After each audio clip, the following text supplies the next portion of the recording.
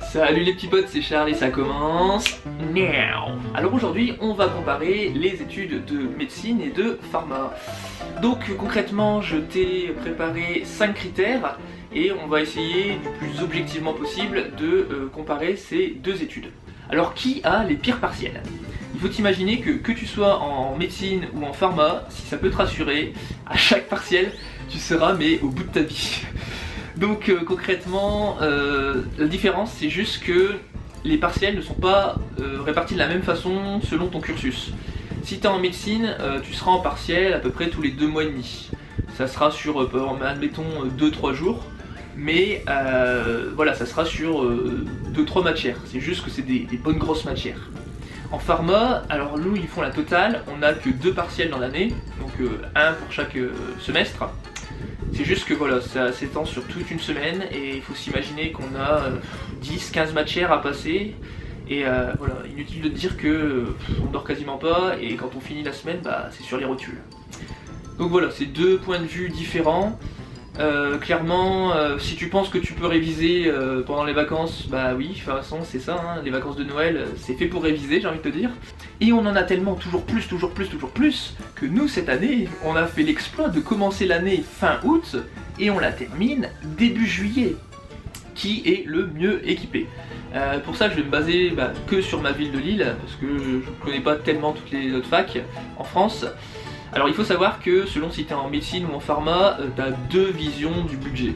Si tu es en médecine, clairement on mise tout sur la capacité d'accueil. Tu regardes la bibliothèque universitaire, le truc c'est un paquebot quoi.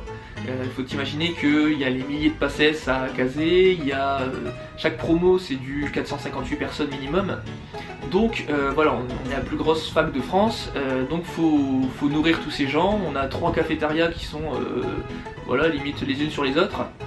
Et voilà, il faut s'imaginer qu'il y a des gens, les étudiants en médecine, certains, c'est leur deuxième maison. À côté de ça, quand un médecin part en stage, il va te dire que le matériel qu'il utilise, c'est du vieillot. Parce que déjà les hôpitaux en eux-mêmes ne sont pas neuf et voilà, c'est pas prêt de s'arranger avec les restrictions budgétaires successives. Quand t'es en pharma, clairement, c'est pas compliqué, t'as juste à comprendre que tout le fric part dans les machines de labo.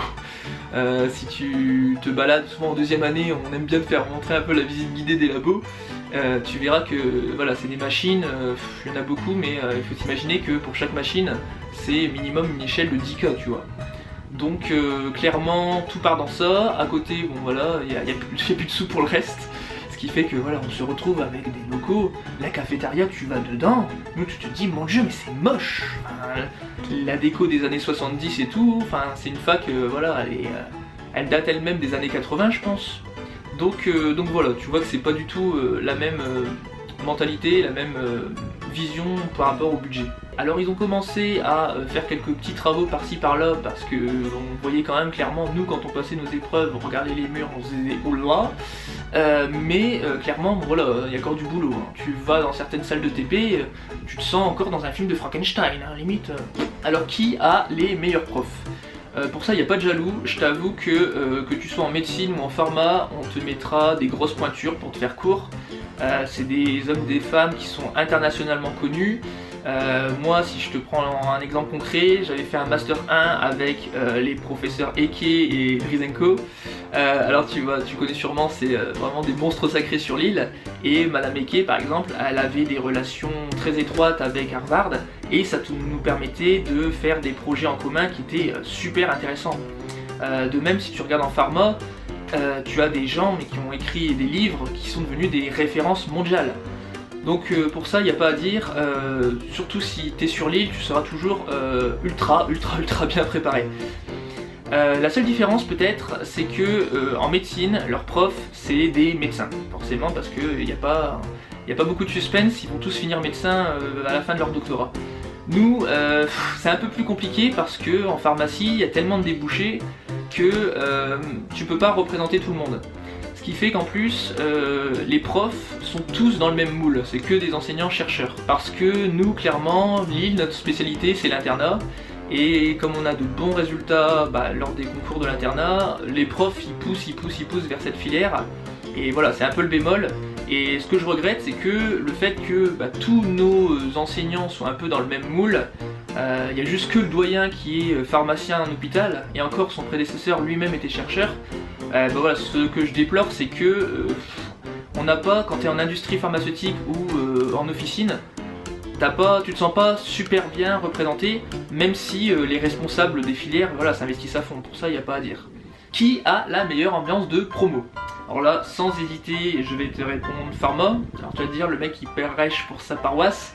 Non, en fait moi, on va dire mon critère, c'est plus sur les groupes de potes. Et en fait, il faut que tu te dises que les médecines sont beaucoup plus calquées sur le modèle américain avec les confréries et tout le bazar. Faut que tu te dises que c'est des promos qui sont énormes, hein, c'est du 458 par chez nous, minimum. Et donc tu peux pas rassembler tout le monde en un même point pour une soirée, ça clairement tu peux pas. Donc la promo est décomposée en plein de gros groupes qui peuvent parfois s'affronter. Peut-être que c'est un peu plus fermé effectivement, tu passes pas d'un groupe d'un thé à un autre. En pharma, on va dire que c'est plus c'est la pharmacie, la famille, tu vois. C'est un peu plus ouvert. En la deuxième année, on lui dit voilà, tu peux aller chez nous, tu peux aller aussi chez les autres, enfin, tu fais comme tu veux. Autant en médecine, tu passes un peu ta vie avec les gens de ton groupe, hein, tu bosses avec eux, tu manges avec eux, tu dors avec eux si tu veux, tu sors avec eux, tu pars en vacances avec eux. Autant en pharma, bon, tu fais ta vie comme tu veux, quoi, t'es un peu plus indépendant.